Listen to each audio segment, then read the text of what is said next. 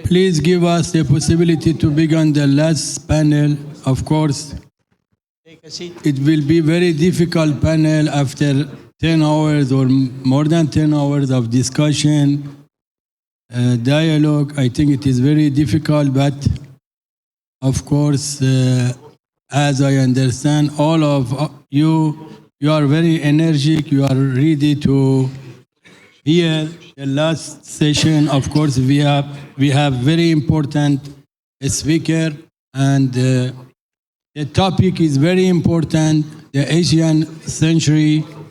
Of course, when we are talking about Asia, surely we think about China, India, South Korea, Malaysia, Indonesia, of course, Pakistan, Iran, and of course, in the last decade, there are some effort of regional cooperation on the name of BRICS, Shanghai, and creating the possibility of world to go in direction of multipolarity. Of course, this country like China, India, Iran, and of course all of Asian countries with important resources of energy, with important finance resources, and last times the investment in the artificial intelligence, all of this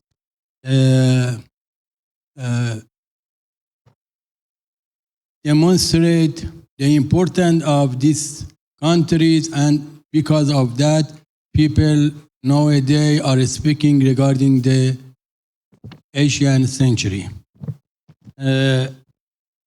Because the time is forced us, let me request Ambassador Budura, former ambassador in China, and of course one of the best of my friend. We have had possibility to discuss with His Excellency regarding the development of situation in the Eurasia region. And Ambassador, please. But my request is to be as much as possible short and to conclude your presentation in 5 minutes, please. Thank you. Thank you for your generous offer.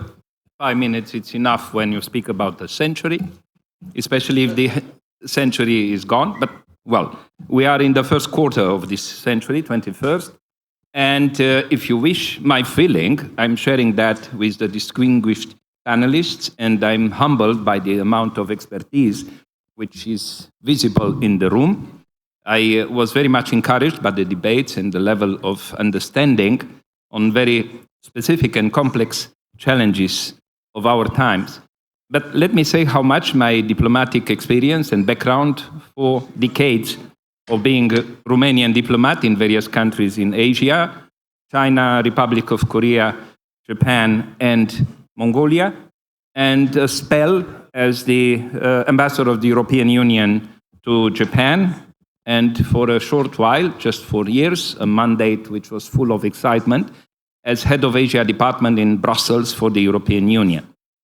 What I'm going to say is that really, the things which have been already mentioned are a good opening.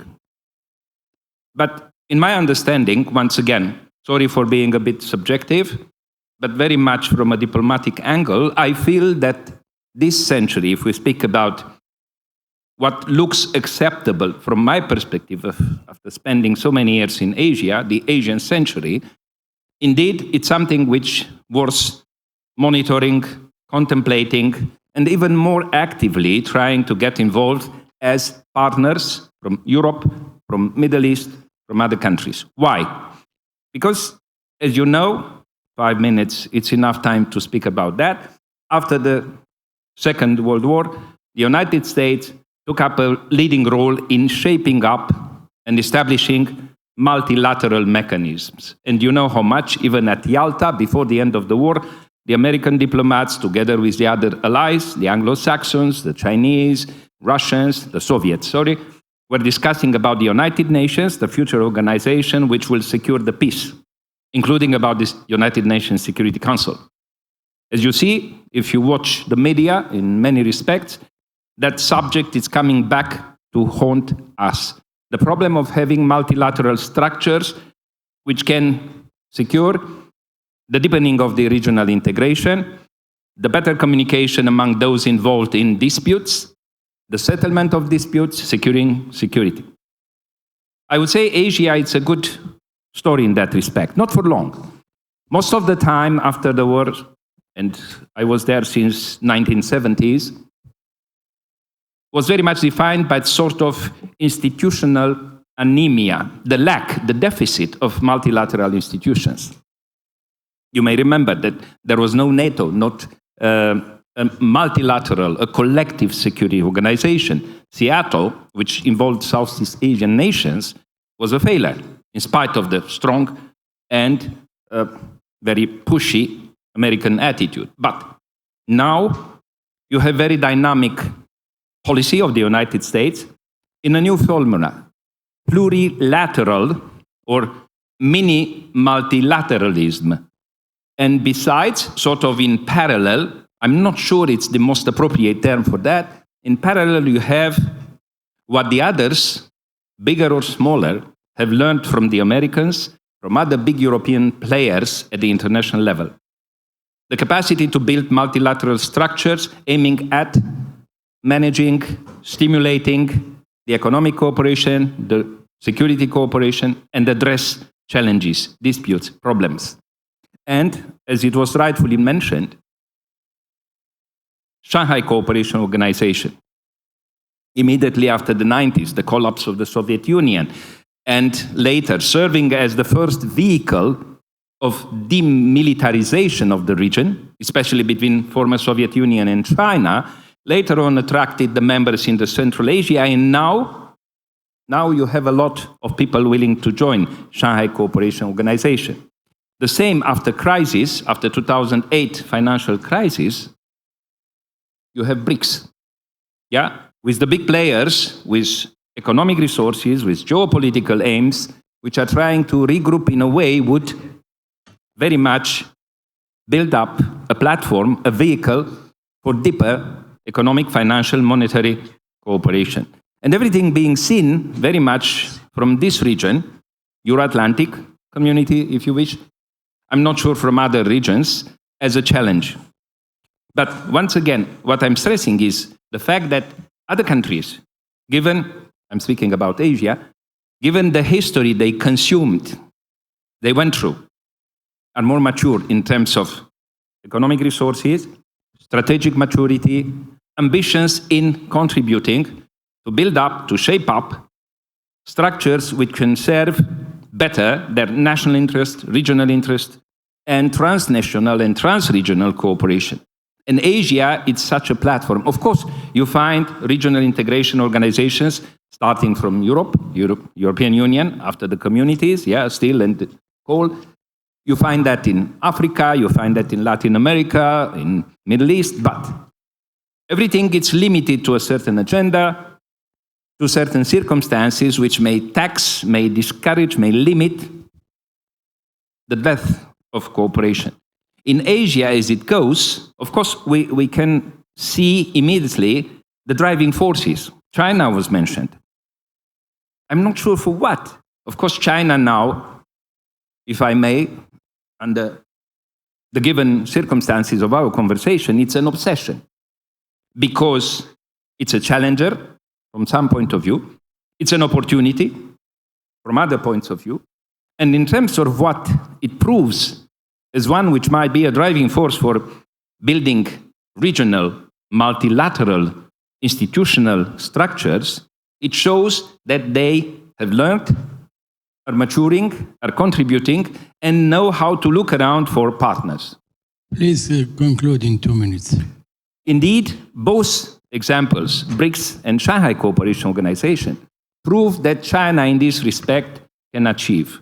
The problem is with the partners, because the diversity of interest is still quite visible.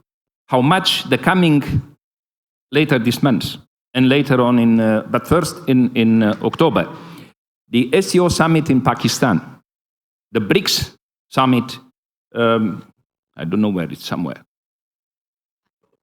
Kazan, Russia. Already for BRICS, 32 countries confirmed participation, 50-something promised to come. Joining already more than 10, yeah. Over there, they say that 10 will be acknowledged as new partners. The same for the SCO. Already 10 members, 6 observers, dialogue partners, and then the queue is going longer and longer. What they will prove, it's something which we may need to pay attention to. Thank you. Thank you very much, Ambassador. Actually, we offer 2-3 minutes plus, and I hope you are satisfied with this time. And now I request General Mayor Carlos Branco, of course, Assistant Researcher, National Defense Institute, Portugalia. Thank you. Please. Thank you so much for the invitation for this conference. My thanks to MEPEI and Flavio Scabamari, and also to the Eurodefense, Romania, and to Liviu Mureșan. It's an honor to attend this forum with such distinguished subject matter experts. Because I'm a soldier and I'm trained to obey orders, so I decided to write my intervention so to be sure that I will accomplish the timetable. Well, so I'll bring you here a central puzzle question, and it's the following. What's the role that Middle East countries will play in the BRICS? I would like briefly to enunciate some assumptions underlying the debate. First of all, to say that BRICS is not a bloc. It's a very unique arrangement. It has no confrontational intentions towards the G7. It's not a collective security pact. There are some tensions among members based upon different perspectives of this unique arrangement.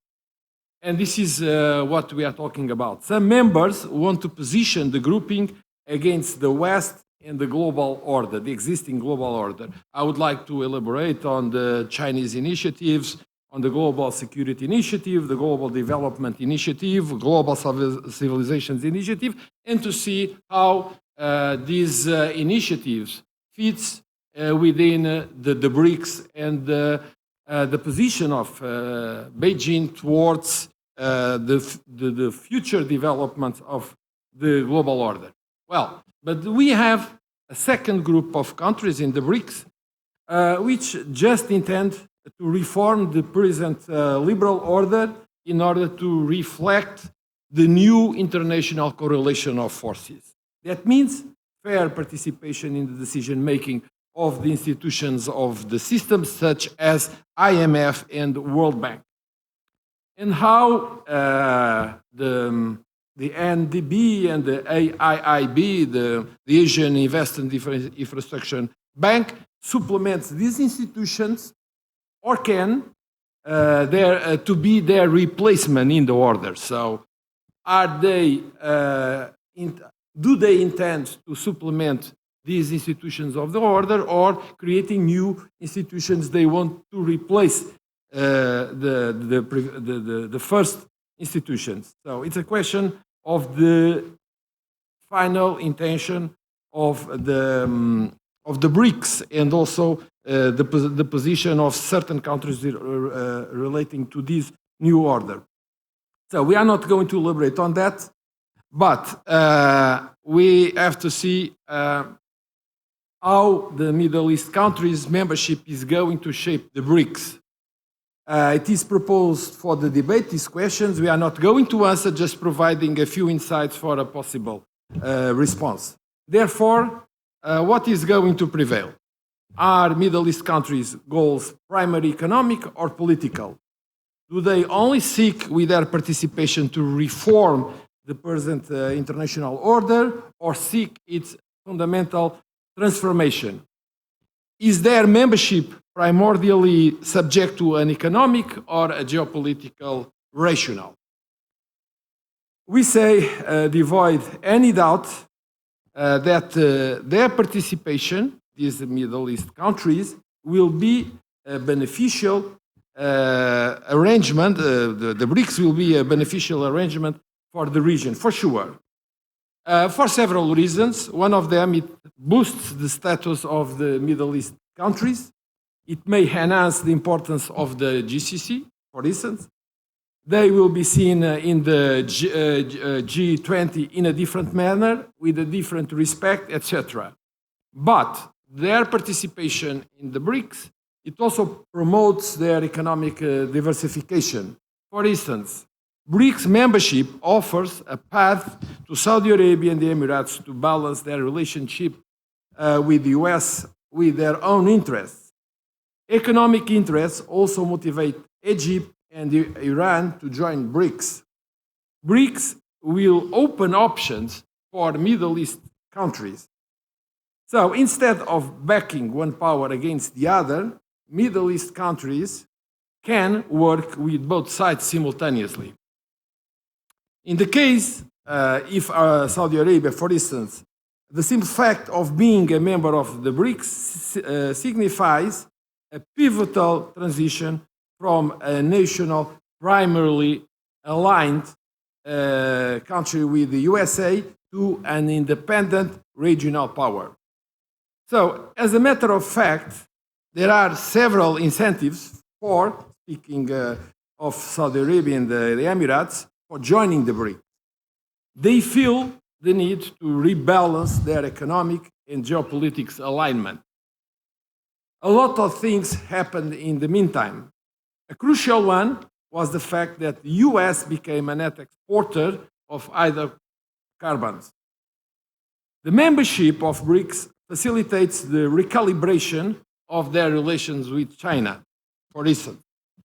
And other investment opportunities are open to the Belt and Road Initiative and the new development bank. And of course, these countries will expand their economic partnership with India and South American countries. Would you please conclude in 2 minutes? Yes. Thank you. But despite all the illustrations that we could bring to this discussion, our fundamental puzzle question continues unanswered. The incentives for Middle East countries to join BRICS can be both economic and geopolitical. But we don't know yet if they are going to join Brazil and India, for instance, in hampering BRICS to run into a group that is completely hostile to the West, or are going to take a different stand. So we'll see. Thank you for your attention. Thank you very much. Now I invite Dr. Robert. Yes, from Persian Gulf Institute in Washington, please. Thank you very much. I haven't taken an official head count here, but I think we're missing a couple of people. They can be forgiven. It's been a long day. So to be brief, I'm going to take a stab at answering, giving an answer to the question that the Major General put out there about why Middle East and North African countries recently joined BRICS, making the BRICS Plus group. Try to piece together, what these countries want and what they can actually get out of this new arrangement. A few months ago, I wrote an article trying to answer that question exactly and came to the conclusion, much similar to the Major General, that there are really two main interests that these countries were trying to achieve. The first was to maximize the economic potential of their collaboration specifically with BRICS countries and also some of the new entrants to the BRICS Plus, if we want to call the grouping by that name. So that was the first main objective. The second objective being to to grow their global clout, which gets to the, I think, geopolitical point that the Major General was making. Now, we have seen a number of countries like the UAE doing precisely this through other means, not necessarily having to utilize country groupings like BRICS Plus. The United Arab Emirates and their free trade agreements, as someone mentioned in an earlier panel, is one way that these countries have been doing that. They're actually, to be more precise about it, the comprehensive economic partnership agreements from the UAE are similar to an FTA, but I think they're accelerated. They don't take as long as a traditional FTA process and the negotiations take. And they also involve a number, I would say, economic objectives, but also non-economic objectives to grow the global clout and the geopolitical influence of a country like the UAE. So we are seeing other countries adopting this strategy to achieve these objectives through other means, not just by utilizing groupings like BRICS Plus. And I think when it comes to looking at BRICS Plus and the MENA entrance to this group, I see a number of challenges for Middle Eastern countries in particular. It's an extremely diverse group of countries that officially joined. If we look at Egypt, the UAE, and Iran, from the point of view of government needs, immediate and urgent government needs, demographics, even the composition of their economies, these are very diverse groups. This is a very diverse group of countries. And then if we compare those countries to the founding members of BRICS, we see also the differences becoming even clearer. Now, I think that those differences do create complementarities that can be exploited, especially on an economic level, or can be you can create synergies from these differences. Egypt, for example, needs loans. There are a number of countries, kind of existing BRICS members and new BRICS members, who are able to provide financing on competitive terms. This is one complementarity that we could point to. But I think on the whole, there are a lot of different interests at play. And I, at the moment, don't see how you can boil down these interests into a clear, coherent strategy for the regional grouping of countries. The case of Saudi Arabia highlights that to me because, to my mind, I'm still trying to figure out actually if Saudi Arabia has officially joined BRICS Plus. Maybe over dinner we can talk about this. They were invited, and it was assumed that they would officially join, kind of naturally become part of the group at the beginning of the year. Even I think there was an official report on the Saudi press agency website, if I'm correct, and then officials came out and said, well, we're actually still considering it. I think that consideration is actually comes down to the fact of the Saudis trying to figure out precisely what they'll get out of this BRICS Plus arrangement, and thinking about the other avenues that they have at their disposal and the other global networks that they're trying to enhance and to utilize and to leverage. I think a more useful way at the moment for looking at Middle Eastern countries and their involvement in BRICS Plus is actually to look on more of an institutional level, looking at some of the institutional instruments within BRICS that these countries can utilize. I think the New Development Bank presents one of those avenues for cooperation that's probably it's more established and some more immediate avenue for participation. And then there are other specific instruments that are not necessarily connected to BRICS Plus, but that are present or at least are enjoyed by a number of the members of BRICS Plus. One of those instruments, financial instruments, are sovereign wealth funds. You do, of course, already have strong sovereign wealth fund facilitated collaboration between BRICS Plus members. India and ADIA in Abu Dhabi have been collaborating for some time. Egypt has a sovereign wealth fund that, by and large, has attracted a lot of investment from other Gulf countries. The CIC in China has also recently announced a number of cooperation agreements with countries ranging from investment firms in Bahrain to the Saudi Sovereign Wealth Fund. There have been long-standing relationships between the Russian Direct Investment Fund and Gulf countries as well that were more robust before the Russian invasion of Ukraine. But Robert, please conclude in 2 minutes. I Thank will you. head in that direction. I think I'll make it. So that just kind of reinforces the point that sovereign wealth funds are an instrument that are being deployed by both the very wealthy and resource-rich countries that are in BRICS Plus, but also some of the other countries in the grouping, Egypt and India, to name just a couple. And I think another way beyond sovereign wealth funds that we could look at this is on a sectoral basis. So what are the industries that we might expect to see collaboration between some of the BRICS Plus members? I'd look toward tourism. A number of the new Middle Eastern countries in the grouping, from Egypt to the UAE, and potentially Saudi Arabia, pending what the official status there is, are all either established or nascent tourism hubs. So they're looking to attract tourists from source destinations in BRICS countries in particular. Yeah, and I might just end by zooming out a little bit. It's easy to get really focused on these multilateral groupings, BRICS Plus, SCO, but at least from the perspective of many Middle Eastern countries that have joined these groupings, they're really just one avenue that these countries are exploiting to maximize their economic potential on the world stage and also increase their global clout. I might even say that for countries like the UAE and Saudi Arabia, membership in a grouping like BRICS Plus is quite opportunistic.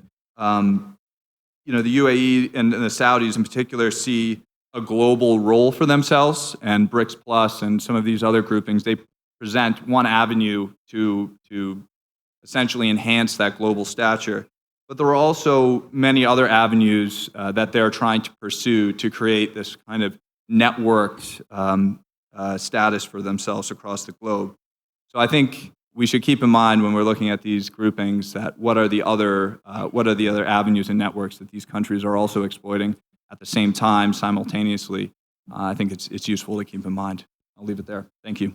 Thank you very much. Of course,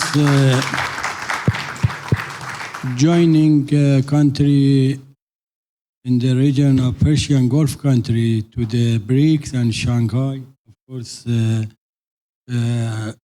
complete a process of complementary and creating a network of industry, capital, export, because in this organization, China is the first exportator in the world.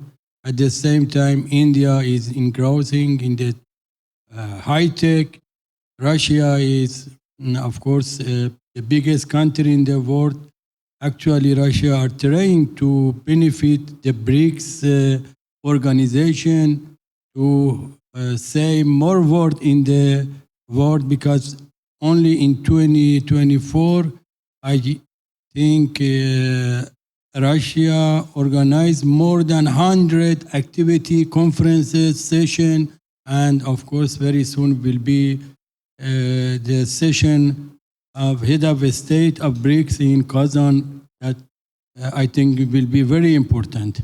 I invite Dr. Qin Qian, Deputy Director of Middle East Study, China. Please. Thank you.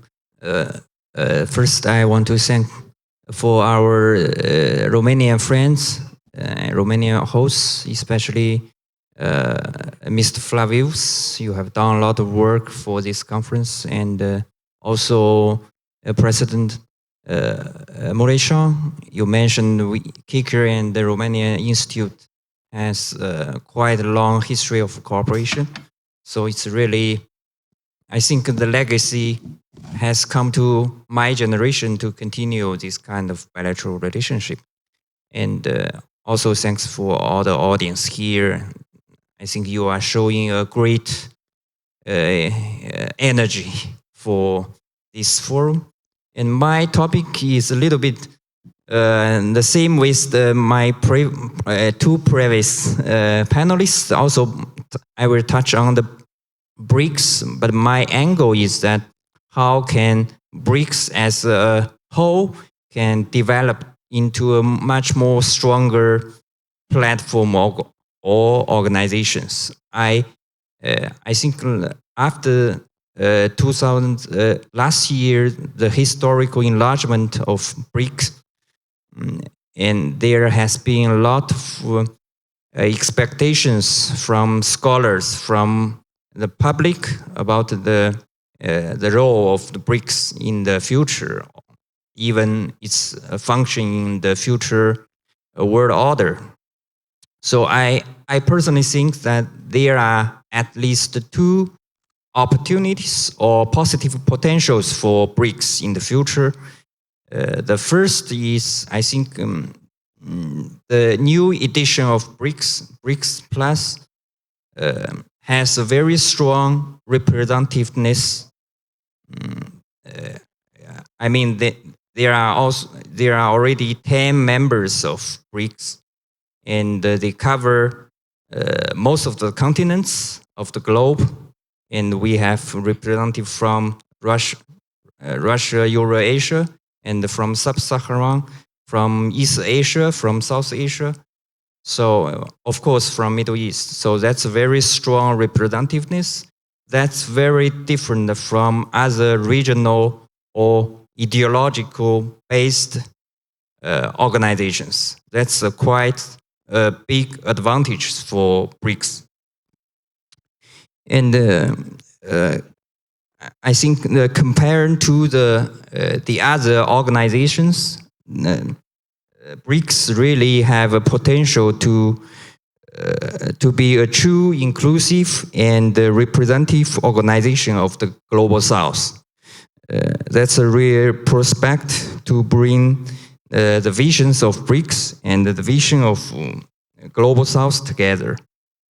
So why many are afraid of the world is slipping into a Cold War mentality, I think BRICS can mitigate some gaps of this kind of splitting between Eastern and Western world.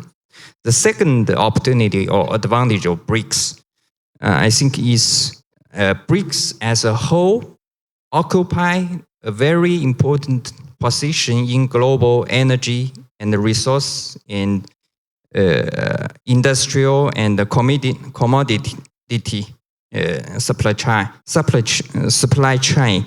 According to the initial assessment, I have a few data here. I think BRICS possess about 45% of the global proven oil reserves and 55% of gas reserves and 75% of the manganese and 72% of the rare earths and 50% of graphite and 28% of nickel and 10% of copper.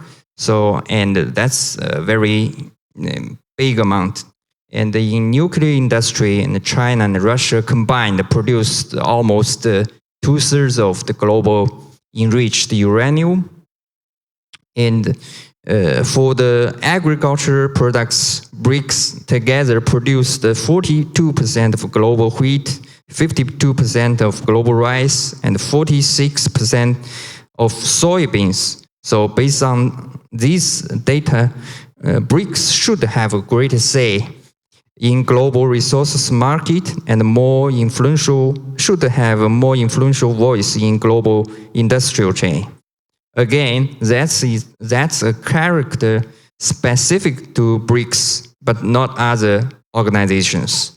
I remember that during the Cold War, we saw the making of non-aligned movement. But you know, non-aligned movement is generally a political organization. It doesn't have the economic clout as the BRICS showed today.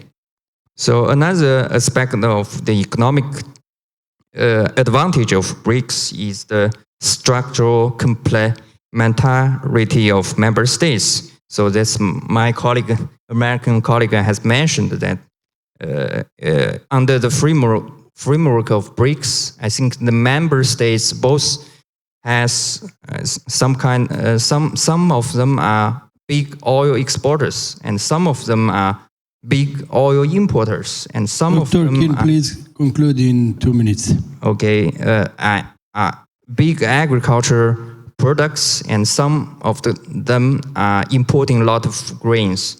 So that shows a structure that is very mutual beneficial for the member states. And this kind of combination of mutual complementarity will strengthen the economic resilience of BRICS members. So that's the advantages, but there are also challenges. I want to point out the two main challenges we are facing today as BRIC members. The first challenge is internal challenges. We have known there are internal disputes or bilateral problems between the member states. And I think the most important ones is, is Egypt, Ethiopia. They have a big dispute about the dams, the use of the water resources. And then there are also some, and to speak frankly, there are also China-India bilateral issues. And then I think there are some challenges about the future directions of BRICS. So some of the members are trying to remain undecided which path should BRICS take on. But some other members are trying to decide a path to choose a camp or a block to follow on. So in the future, the direction of BRICS is Western or Eastern or cross-Western Eastern or trans-Western Eastern or non-Eastern, non-Western. So that's a problem. That's a question to decide in the future. And the second challenge... Thank you. I think you passed the time. Okay, just one word to conclude the second challenge. The second challenge is about the external level. I mean, how BRICS can provide public goods for the world. So I mean, for example, to mitigate or mediate the hot issues like the Gaza conflict, like the Lebanon war, like the mutual attack between Iran and Israel. So that's also a problem or a challenge for BRICS to, I think, if BRICS can mediate this kind of hot conflicts, then it can play a constructive role, will become a strong player in the international stage. So that's my observation of. Thank you very much. Of course, actually, I believe the researchers,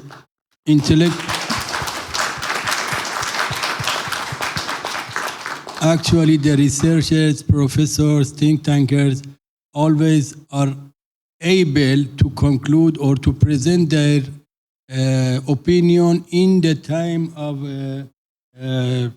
according by the program of conference. I appreciate your presentation. Of course, you mentioned the object or the aim of BRICS and some challenges. Thank you. And now I invite Domnul Dr. Georgescu, the General Secretary of Eurodefense Romania. Please.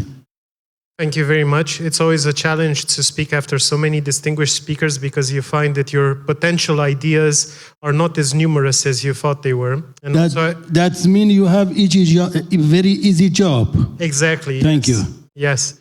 And I'd like to congratulate the audience as well for the resilience they have shown so far. Resilience is very important, and to thank the organizers. I'd like to point out a few things here. One of the issues is that the involvement of Asia in the Middle East, North Africa region can be very important. It doesn't have the historical baggage or the geopolitical baggage that you see in Western involvement in this area. One example that I will give is how China just a few years ago had a naval exercise with Iran and Russia, and just 1 week later, before the reopening of relations between Iran and Saudi Arabia, just 1 week later had a naval exercise with Saudi Arabia. So you can say that that Asian countries, especially China, have been much more mobile in the region. And Asia can bring to this area a lot of things that are necessary. Firstly, you have the capital issue. Secondly, new trade relations, including for intermediate goods, manufacturing, and services. So also the diversification of the trade relations of countries in the MENA region. At the same time, they can bring a lot of needed capacity when it comes to building infrastructure, because every country in the world, even the richest ones in the MENA region, are faced with insufficient funding or capacity to build infrastructure at the rate that they need in order to achieve national strategic objectives or to close the gap with Western countries. Western countries themselves require actually a lot of investment in infrastructure. I would also point out that Asia has an important role, as qualified by General Branco, in the balancing act that is done by many of the countries in the region, and how they try not just to play the West and the East off of each other, but also to diversify their relations and to feel that they have more options in hand in order to achieve strategic objectives. I do not necessarily think that the BRICS group is the best possible venue. Not just because it is newer, but also because it has had less institutional development and it has had less time to prove itself. The main thing that I would point out about the BRICS group, the BRICS Plus group, is that there has been no cost involved in joining this group on the part of the countries in the MENA region. By this I mean also a geopolitical cost from partners in the West. The partners, for instance, of Egypt or Saudi Arabia, the United States, and so on. When we had in 2020 the shuttle diplomacy of Secretary of State Pompeo in Europe and the National Security Advisor about the 5G networks that China was planning to build with partners in Europe, it was explicitly said by the Ambassador at Large for Cyber of the United States that any country in Europe that builds its 5G networks with China will find that they cannot enjoy the same military and intelligence relationship with the US that they had before. Now, of course, the MENA region countries don't have the same level of relationship, but no such cost has been articulated by the West with regards to the membership of these countries in BRICS or in partnerships with China. So it was easier for them to make the decision to join these groups and to hope that at a later date, they would be able to leverage membership in the group to get more investment, to have geopolitical alternatives, and to have better ties. Whereas in Eastern Europe, for instance, there wasn't such option. We don't know what happened in private, but the public messaging did not include such a cost. In the future, I think that there will be a very interesting sort of development, possibly from the BRICS group. Firstly, we need to see what the performance of the loans made by the New Development Bank will be. So right now, the New Development Bank is supposed to have between $50 and $100 billion in capital, but the projects are worth, it has funded so far, are $15 billion. We will have to see the performance of these loans and how quickly the New Development Bank can ramp up giving newer loans, and also how the trajectory of these loans will pan out. Secondly, it will be interesting to see when the first countries will use the BRICS contingency reserve, which is the BRICS answer to the IMF, and how that process will pan out. So this sort of stress test of the BRICS institutions, if it is successful, will encourage more development. Lastly, it's very interesting to see that there is a new diversity of payment systems. You have BRICS Pay, but you also have the cross-border interbank payment system of China. You have the system of Russia. You have a system from India. You have a new system called PIX from Brazil. So this means that, that there is some useful infrastructure being built for countries that want to be less dependent on the SWIFT system. Whether or not the costs of this system, the integrity of the system, and the rapidity of the system, how quickly it processes payments, will hold up, will be very interesting to see. Lastly, I also predict for the region a lot more regional integration initiatives and regional projects. Before, there was mention of the Middle Corridor. We also have the Development Road. We have the India, Middle East, Europe Economic Corridor. I would also mention the recently functioning international north-south transport corridor between India, Iran, and Russia. So all of these initiatives will eventually bind the Middle East closer to itself and have more intra-MENA trade, exchanges, and so on, not just with the main countries such as Saudi Arabia, UAE, Iran, but also the other countries that have diverse but not very strong economic relations like Jordan. And in the future, we'll see not just projects that aim to link, for instance, China and Europe through the Middle East, but also the Middle East as the terminus point for such projects in order to create also value-added projects in AI, as we have seen through the Digital Silk Road or others. But this all depends on how the international competition and the global geopolitical competition will pan out, including the answer of the West that will eventually come to the projects proposed from Asia. Vă mulțumesc foarte mult. Într-adevăr, ați încercat să fiți în timp. Apreciez cuvântarea dumneavoastră. Now I invite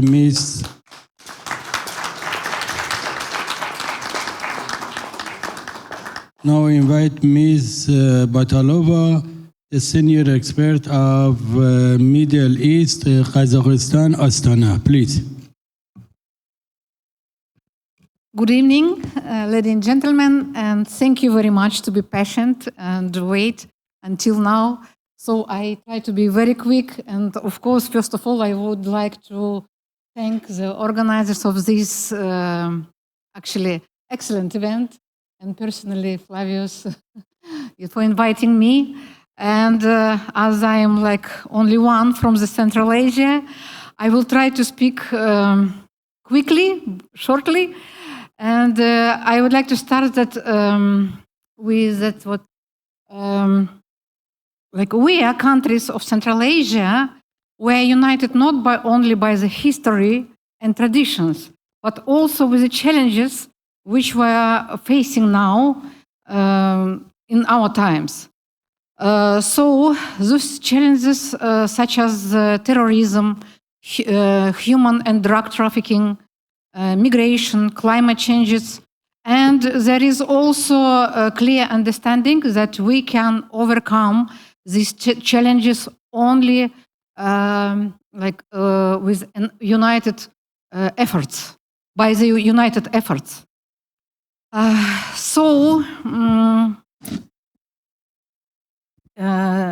That's why recently we can see the clear and active signs of cooperation and integration between all Central Asian countries, like in not only in the frame of CIC organization. By the way, just yesterday it was a summit of CIC countries, and it was a declaration after that, following the result of this CIC summit, which took place on day of 9 in the open format, because the day before it was a closed format which united all the presidents or the head of states, including Armenia. And a package of 14 documents was signed. These documents include finalizing the structure and legislation of common financial market by next year. So I personally see in this the readiness or preparedness of those countries to join BRICS in future. There is also an appeal addressed by the heads of CIC member states to the people of the Commonwealth countries and the world community in connection with the 80th anniversary of the victory of the Soviet people in the Great Patriotic War of 1941 and 45, as we call World War II. So this here, allow me please to come to a very personal issue, and I would like to say that I accepted this invitation not only because I was interested in the topic of the discussions, but also because my grandfather died here in Romania during the Second World War, and his grave is in Luduș city. So, and I know that there is a tendency, the last decade maybe, in some European countries, that there are some groups of people that destroy and vandalize the graves of the Soviet soldiers. And as one of the speakers said, that we need to build bridges between divided West and East. So my proposal is, let's start from the mutual respect to the graves, to the memory of our beloved ones. Because, for example, in all the countries of former Soviet Union, it's prohibited by the law to destroy and vandalize the graves of the German soldiers, which were captured by Soviet army and kept in the territory of that countries.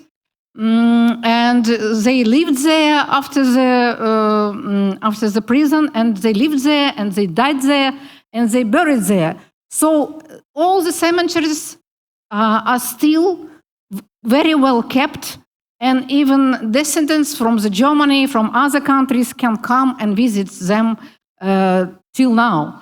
So this is my personal comments to this with small thing, very small thing from which we can begin to unite two parts of the divided world.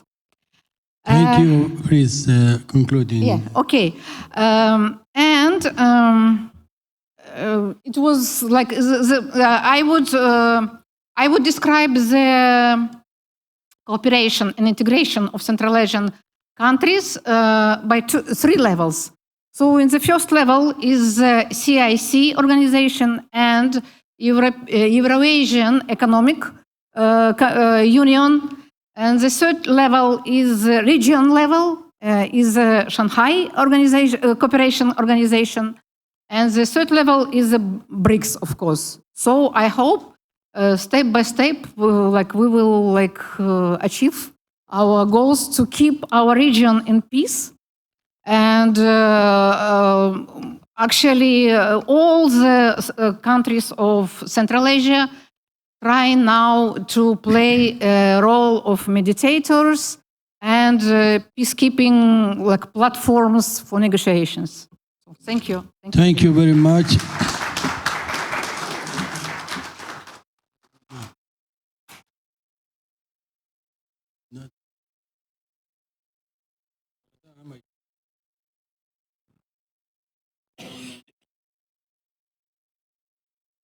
Okay.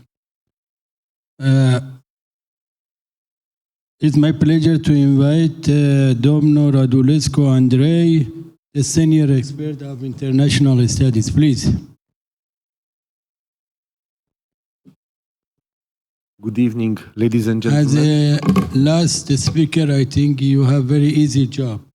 Yes, I will conclude in 15 minutes. Everything that was said by now was here in the morning. Mine is 10 minutes, please. I'm not sure I can manage, but before starting, I thought about trying to wake up in the evening by imagining an exercise. Let's imagine that we look at the globe as we look at the human body. Middle East is the belly button. If the belly button has troubles, all the body it's feeling these troubles. So we have challenges in Middle East, and these are felt at the world level. But if the body has troubles, all these troubles are felt at the belly button. So we have many troubles in the world, and all these troubles are it's a huge interdependence between what is happening in Middle East, and the world level. So if we want to solve the challenges the world economy is crossing, unprecedented challenges, we have to solve the challenges in the Middle East. And I started all my presentations over the past years, since the outbreak of the coronavirus pandemic, with this motto from China, because I was a Confucius Young Leaders program 5 years ago at Central University of Finance and Economics in China. We are living in a world full of challenges, full of risks, but also full of opportunities. So I hereby invite you, we all know the risks, I hereby invite you to understand and to see the opportunities. I don't want to insist the period of great transformations. It's happening every minute. Day is going to continue tomorrow, probably by the end of next decade, when China will probably become the largest economy in the world. In this period of great transformations at the world level, all the countries are trying to identify new models of growth and development because the previous models were not sustainable from the long-term point of view. From the climate change point of view, from the labor market point of view, from the inequality or equality point of view. We are living in the middle of the total confrontation between US and China.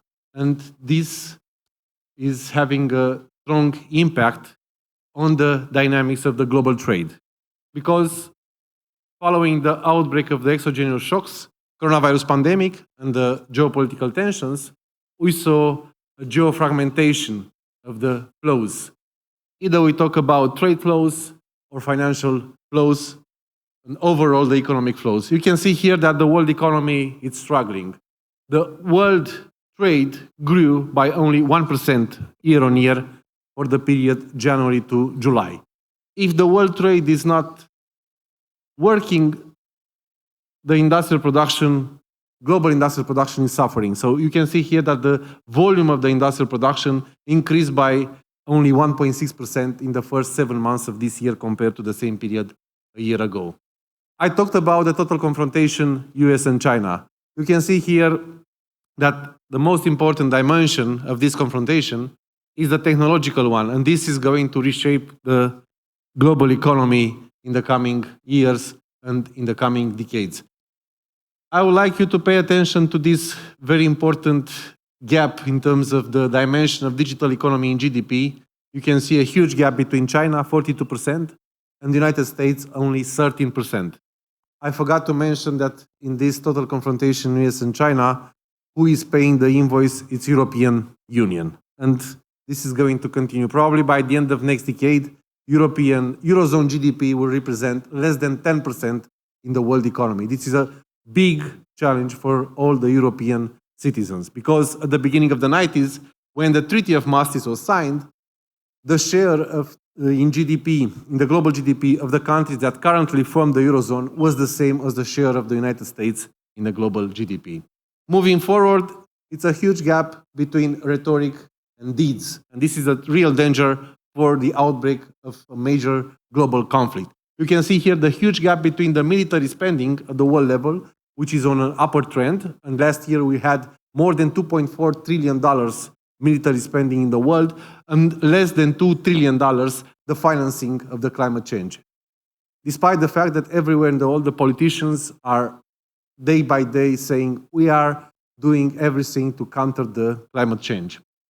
Moving forward, I want to come with positive news, but unfortunately the recent developments are not positive. You can see here the real interest rates in the United States. It's very high. At present, it's at the highest level since the summer of 2007, when we had the outbreak of the great financial crisis. And furthermore, we had a significant increase of the price of gold over the past quarters, over the past months. This means that we are very close to the outbreak of another global financial crisis that probably will start from the US public finance. Let's move to the belly button, to the belt of the world, if we compare the world with a human body, and try to have some look at the most recent statistics from the International Monetary Fund for this region, Middle East and Central Asia, which unfortunately represent less than 5% of the global GDP. It's a region that is, how to say, very muddled. We have Morocco, which I know very well because I'm a member of the Moroccan Institute of International Relations, that has the best diplomacy in the world from my point of view. It's the first country that recognized the independence of the United States. They have very good connections with China, very good relations with Israel, and very good relations with all countries in Europe. So it's a model for all the countries in the world, being friend with everybody. You can see here that unfortunately, in terms of purchasing power parity, the share of the Middle East and Central Asia in the global economy has been on a downward trend over the past years, and especially after the outbreak of the great financial crisis. You can see here the red line is the same for the following charts representing Middle East and Central Asia. This trend is only similar to what is happening for the advanced economies. On the other hand, you can see here the upward trend or the increasing voice in the world of the emerging and developing countries. Actually, starting 2007, in terms of purchasing power parity, the share of the emerging market and developing economies in the world has outpaced the share of the developed countries. Moving forward... Domnul doctor, please concluzie în 2 minute. As you can see here, the growth pace over the past years has been very weak. The GDP in these countries, Middle East and Central Asia, rose by only 2% in 2023, and the forecast of growth for 2024 is 2.8%, while the annual potential growth is estimated by me for this conference at around 3.2%, which is very similar to the annual potential GDP for the world economy. But it's significantly below the developments in emerging and market and developing economies. Annual dynamics of the potential output is higher than 4%. Moving forward, this region is not integrated to the world economy, and this is reflected by the fact that the volume of investments is lower compared to the level of the savings. So savings in this area, it's higher compared to the, present a higher level compared to the volume of the investments, because these countries are not very well integrated in the global economy. Moving forward, inflation is very high in these countries, highly above 10%. And if you have a distant look, you can see actually that inflation in Middle East and Central Asia is more than double than inflation in emerging and developing countries, despite the fact that we had a downward trend. We have seen a downward trend over the past years. It's a huge gap compared to the dynamics of inflation in developed countries. I think this is one of the last slides. You can see here that on the flip side, we have positive news. The level of the public debt in GDP in this region is very low. It's around 42%. And this is the concluding slide. We are now heading probably towards a new financial crisis. From my point of view, and I would like to emphasize this everywhere I present it, almost in 40 countries across the world, we are now, because Mr. Ambassador talked about multilateral institutions, multilateral negotiations, and I'm a member of the Bretton Woods Committee, whose main mission is to contribute to the rebound of the multilateralism in the world and the spirit of the Bretton Woods. We need a new Bretton Woods agreement, but as people in the first panel emphasized, there is no hurry among the representatives of the largest economies to sit down on the table and to start negotiating for a new world order. From my point of view, Middle East and Central Asia has a huge potential for better integration in the world economy, but this potential is dependent, first of all, on the stabilization of the high level of the geopolitical risks. And of course, important programs are needed to improve the critical infrastructure, to strengthen the institutions, and counter the climate change. It's my last thought, I promise. At the end of last year, IMF increased the capacity to intervene to save the governments and the countries in the future. It's around $1 trillion at present, so it's another sign that the world is preparing for a new financial crisis. Hope we are going to survive this crisis and hope to meet you again. Thank you very much for the attention.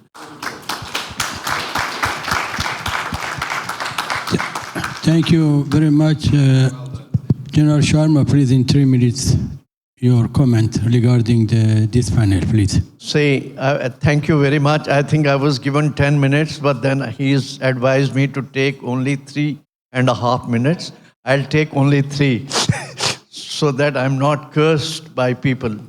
But just to just flag some issue, this whole idea of Asian century was actually mooted by Indian leaders and the Chinese leader. And there was an understanding that, well, there is enough space for both countries to grow.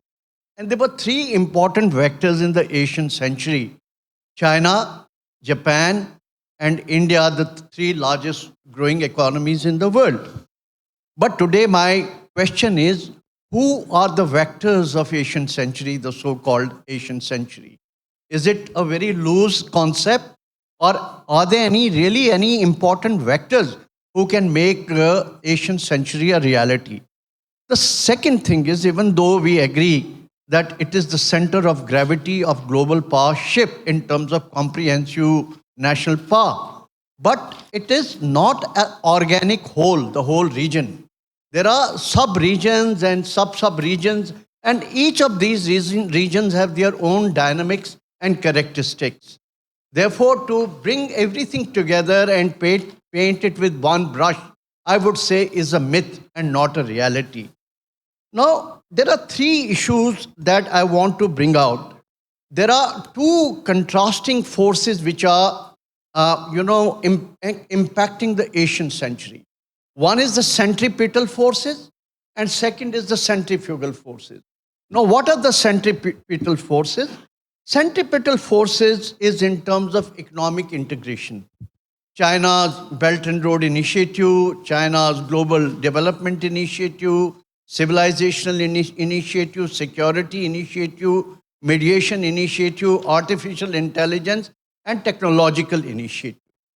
And at the same time, India has also come out with its own version of what you call is developed India by 2047, when we want to be a 30 trillion economy. And this is the vision which our government has enunciated, and we are moving in that direction. And there are a lot of factors which are happening in terms of economic integration of the region, be it RCEP and some of China-centric, China-led economic institutions which have been created. But the centrifugal forces are impacting on the centripetal forces, and this is the security landscape of the region, which is extremely fractured and fragmented.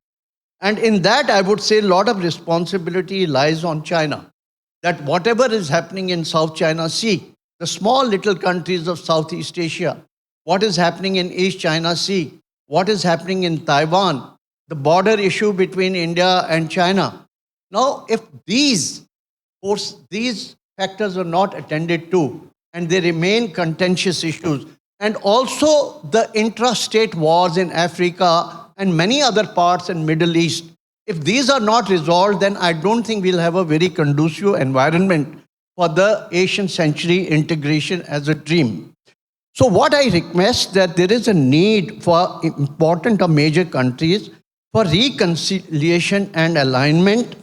And in that, first and foremost, is we have to improve the security environment. There is a need for a dialogue between India, China, and some of the countries of South China Sea. Second is, the whole model should not be an exploitative model, but we should work on the principles of interdependence and complementarity, irrespective of the size of the countries, right? Third thing, which is extremely important, is to respect the sanctity of regional organizations. Like you have ASEAN, you have African League, you have Arab League, you have African Union, and likewise you have SU and BRICS. Even if we expand SU and BRICS, which is a very good thing, but these should not become the platforms for bashing of United States of America and West, because then it will create toxic forces within these organizations, and they will be countries which will try to shy away and hedge against these, positive forces.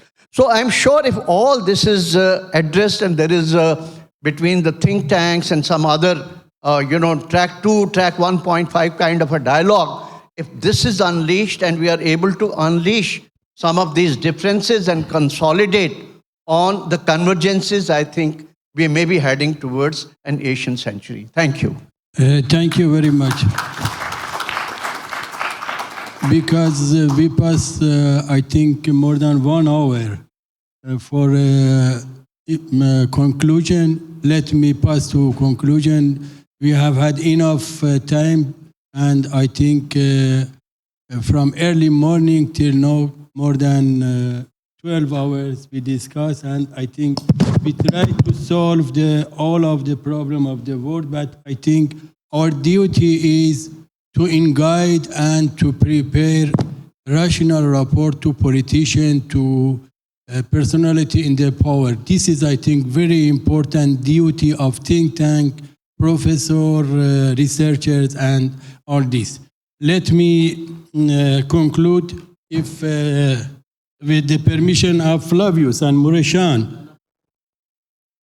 Okay, applause for podium.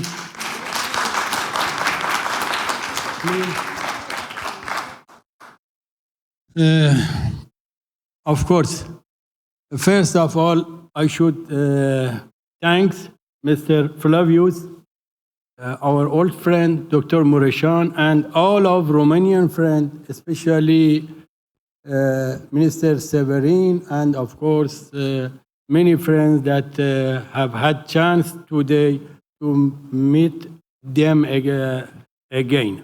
Of course, another thanks come back to the Iranian embassy here, especially PEDES Ambassador Excellency Dr. Sadat Meidani, who come now in the hall. Ambassador, it is our duty to thank your effort, because actually I know from, I think, early August, he tried to have such as successful conferences. He was very worried regarding if Iranian delegation will arrive to conference because of situation in our region, but thanks God, we have had succeed to be here. Very good presentation of Iranian think tank professor, especially Dr. Mousavian, that is our chief, our former ambassador in Germany, and one of the famous Iranian analysts, of course, in the West. I don't know, I think in this sala is present Dr. Mousavian. Maybe I request Dr. Mousavian come here and to present the conclusion in 5 minutes in time I have had. Dr. Mousavian, please come here and to present the conclusion.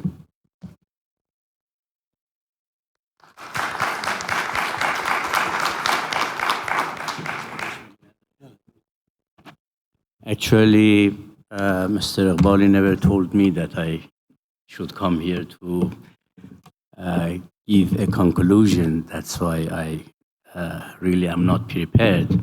Nevertheless, as a matter of respect, again, I thank you, all the participants, the organizers. To my understanding, what we need internationally is to work about a possible new order for not only in the Middle East, but the whole world. There is no dialogue, as I said. There is no initiative, unfortunately, neither regionally nor internationally. The only way for maintaining or creating a sustainable peace, security is dialogue and diplomacy. What we have experienced during last decades, unfortunately, the world powers have been more focused on force, on wars, on pressures, on coercions, rather than investing on diplomacy. We had excellent discussion in this gathering today about different dimension of possibilities and in the Middle East, beyond the Middle East. However, what is really needed is a clear roadmap. Still, we really don't know where the Middle East is going.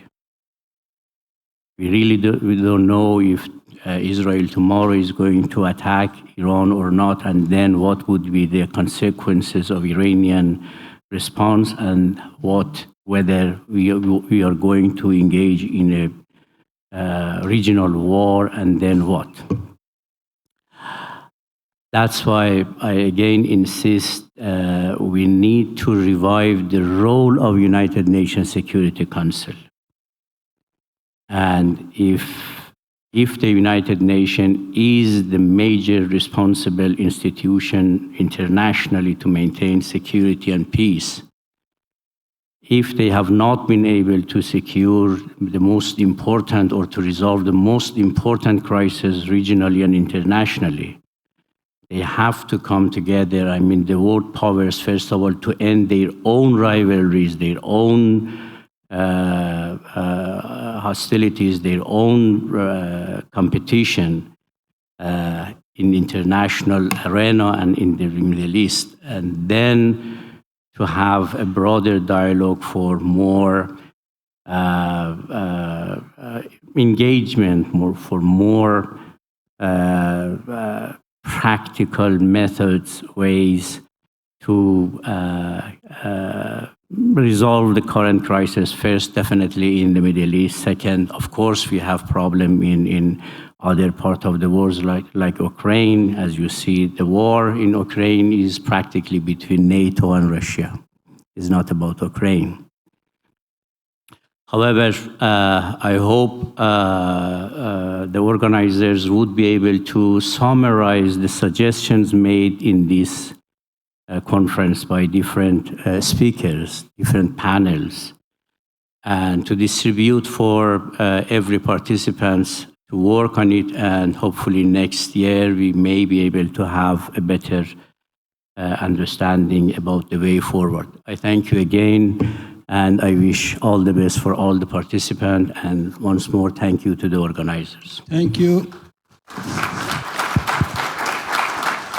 Thank you, Dr. Mousavian. Of course, my duty is to express my best wishes of your success in activity and, of course, health and security in your personal life. I think in the last minutes of the conference is our duty to emphasize the prescription of praying, because all of believers, Christian, Muslim, and Jews, we believe in prayer, and we are praying for the peace and prosperity and stability all around the world, in Ukraine, in Palestine, and of course, everywhere people suffered by the war or conflict. Thank you very much. And now Mr. Mureshan are trying to offer his conclusion, and after that we will have Dr. Flavius. Thank you very much. Thank you so much, Ambassador, and thank you, Professor, for the ideas you presented here. It's difficult to have conclusions to this kind of marathon of excellent ideas and excellent speakers arrived here in Romania with so much effort from different parts of the world. What is first? It's to stress the importance of the resilience of an idea. We started 10 years ago, MEPEI and my colleague, my friend Flavius, to have this conference on Middle East here due to the importance of the geopolitics. And Romania have a tradition in this respect. So this is a continuity, and we are now based on this 10th event with a lot of results.